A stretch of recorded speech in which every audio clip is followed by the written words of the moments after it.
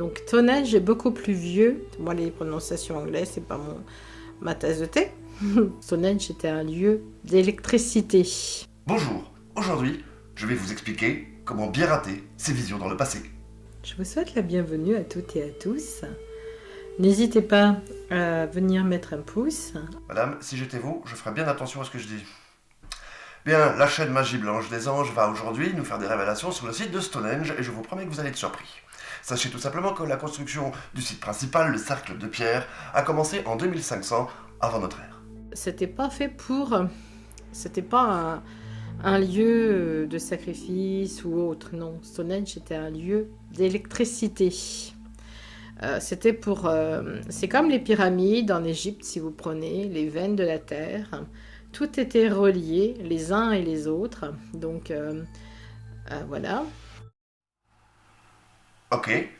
Donc Stonehenge produisait de l'électricité et était relié aux pyramides par les veines de la Terre. Ok, d'accord. Si, ça a du sens, hein, en y réfléchissant bien. Ça a du sens. Donc Stonehenge était surtout pour maintenir en électricité la ville, les lieux aux alentours.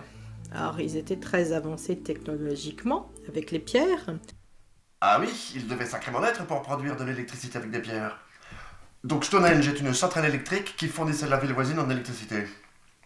D'accord. Non, moi jusque-là, aucun problème. Ils avaient le pouvoir, alors me demandez pas comment, de déplacer les pierres Dites au fait, il faisait comment pour déplacer les pierres? sans qu'elles soient très lourdes. Alors ne me posez pas la question, c'est pas possible, etc. Mais c'est pas possible, etc. Ça se faisait en groupe, hein, ça se faisait pas tout seul, hein, ils n'étaient pas tout seuls à faire ce genre de choses. Ah, donc comme ça. La pierre a l'air tellement légère. Alors Stonehenge est également aligné avec le soleil, donc c'est le soleil qui permettait de recevoir l'électricité. Ah ok. Donc je résume. Stonehenge est une centrale électrique faite de panneaux solaires en pierre qui récupèrent la lumière du soleil pour en faire de l'électricité. Tout ça il y a 4500 ans. Mais en plus, Quoi, c'est pas tout? C'est déjà pas mal pourtant. ils recevaient le soleil et ils avaient la possibilité, tous les jours, non seulement d'avoir cette électricité qui était gratuite, Fabuleux, l'électricité était gratuite. Ils devaient même pas s'emmerder à chercher un fournisseur et puis se poser la question d'un contrat variable, d'un contrat fixe. non seulement d'avoir cette électricité qui était gratuite, mais d'avoir aussi, s'ils étaient malades ou s'ils avaient un problème de santé, il y avait un hôtel, ils s'allongeaient ou ils s'assillaient. Le plus souvent, ils s'allongeaient, hein, pour pouvoir recevoir les rayons du soleil. Alors, ils faisaient attention, ils n'allaient pas aux moments les plus forts, parce que ça pouvait totalement les brûler. Ah bah oui, ils avaient déjà trouvé l'électricité.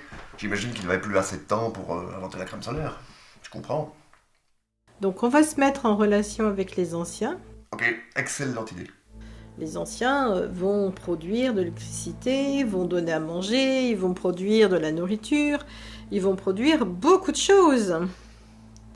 Beaucoup de, comment dirais-je, ils vont être très productifs, beaucoup plus que énormément productifs. Vous imaginez? Ah bah oui, j'imagine. Beaucoup plus qu'énormément, ça doit être... beaucoup. Les créateurs, les anciens, Madame, vous êtes trop près.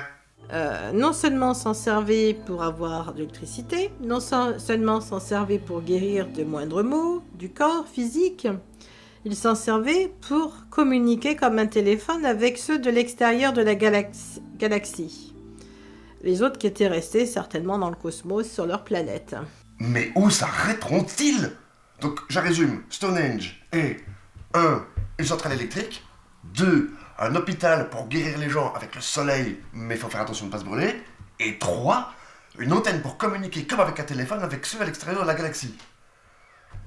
Et dire qu'on était fiers d'avoir marché sur la Lune en 1969. Putain, on est nuls. Pensez pas à aujourd'hui, ne pensez pas en tant que terrien, oh c'est pas possible, etc. Tout est possible. Tout est possible, tout. Même peut-être aussi le fait que vous racontez juste n'importe quoi. Les créateurs, comme je vous ai dit, les anciens, n'ont pas laissé le mode d'emploi. Oh merde, c'est trop con. Même pas un petit PDF, vous êtes sûr?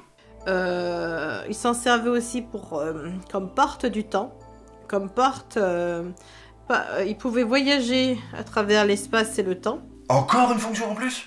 Mais ce truc est mieux qu'un four multifonction. Donc, il pouvait soit y programmer où il voulait aller. Alors, quand il faisait ça, il faisait pas au moment où il y avait le soleil, hein, parce qu'ils n'avaient pas envie de cramer. Hein. Ah bah oui, ils ont toujours pas eu le temps d'inventer la crème solaire. Il le faisait après que le soleil soit passé également. Ils pouvaient le faire aussi avant que le soleil passe, non? Ou avant. Ah bah voilà. Donc, il pouvait soit voyager dans le temps, choisir une destination. Je pense que Jésus connaissait Stonehenge parfaitement. Oui, je pense aussi, vu que le site date de 2000 ans avant lui-même. Bon, bah de toute façon, on n'est plus à un miracle près, hein. Bah, c'est clair que si j'avais été à sa place, j'en aurais profité, oui. Et ils pouvaient voyager aussi ou alors aller sur leur planète. Oui, vous allez me dire, c'est farfelu. Non, non, pourquoi je dirais ça? Mais ce que vous savez pas, c'est qu'ils vont faire des offrandes. Ah, ils se disent, il faut qu'on fasse... ça va pas, ça n'allait pas comme ils voulaient, bien entendu. Hein. Le lieu ne donne pas autant de choses comme ils voulaient. Mais ils sont jamais contents, ces gens. Je comprends, hein. Électricité gratuite, hôpital, cabine téléphonique et voyage dans le temps, c'est très décevant. Donc ils vont faire des offrandes. Bah, la jeune fille va donner sa vie. La famille sera respectée de la jeune fille. La famille de la jeune fille qui va donner sa vie aura un bon job, une bonne situation, sera glorifiée. Et hop, Stonehenge devient également un centre de recrutement pour trouver un bon job. Ça peut être toujours la même famille aussi qui donne sa fille. Il y a un problème là, comment ils peuvent faire pour la tuer plusieurs fois? Pas forcément si c'est régulièrement. Si on est sur une échelle d'une fois par semaine, ça serait, je pense qu'au début, ça devait être une fois par an. Ou 2 fois par an. Ah bah oui, parce que s'ils donnent leur fille une fois par semaine, ils vont avoir besoin de 52 filles pour tenir toute l'année. Donc il fallait une jeune fille pubère, et puis à ce moment-là, des enfants, ils s'en faisaient en veux-tu, en voilà. Autant pour moi, si c'est en veux-tu en voilà, y a pas de problème. Elle était préparée à donner sa vie, attention.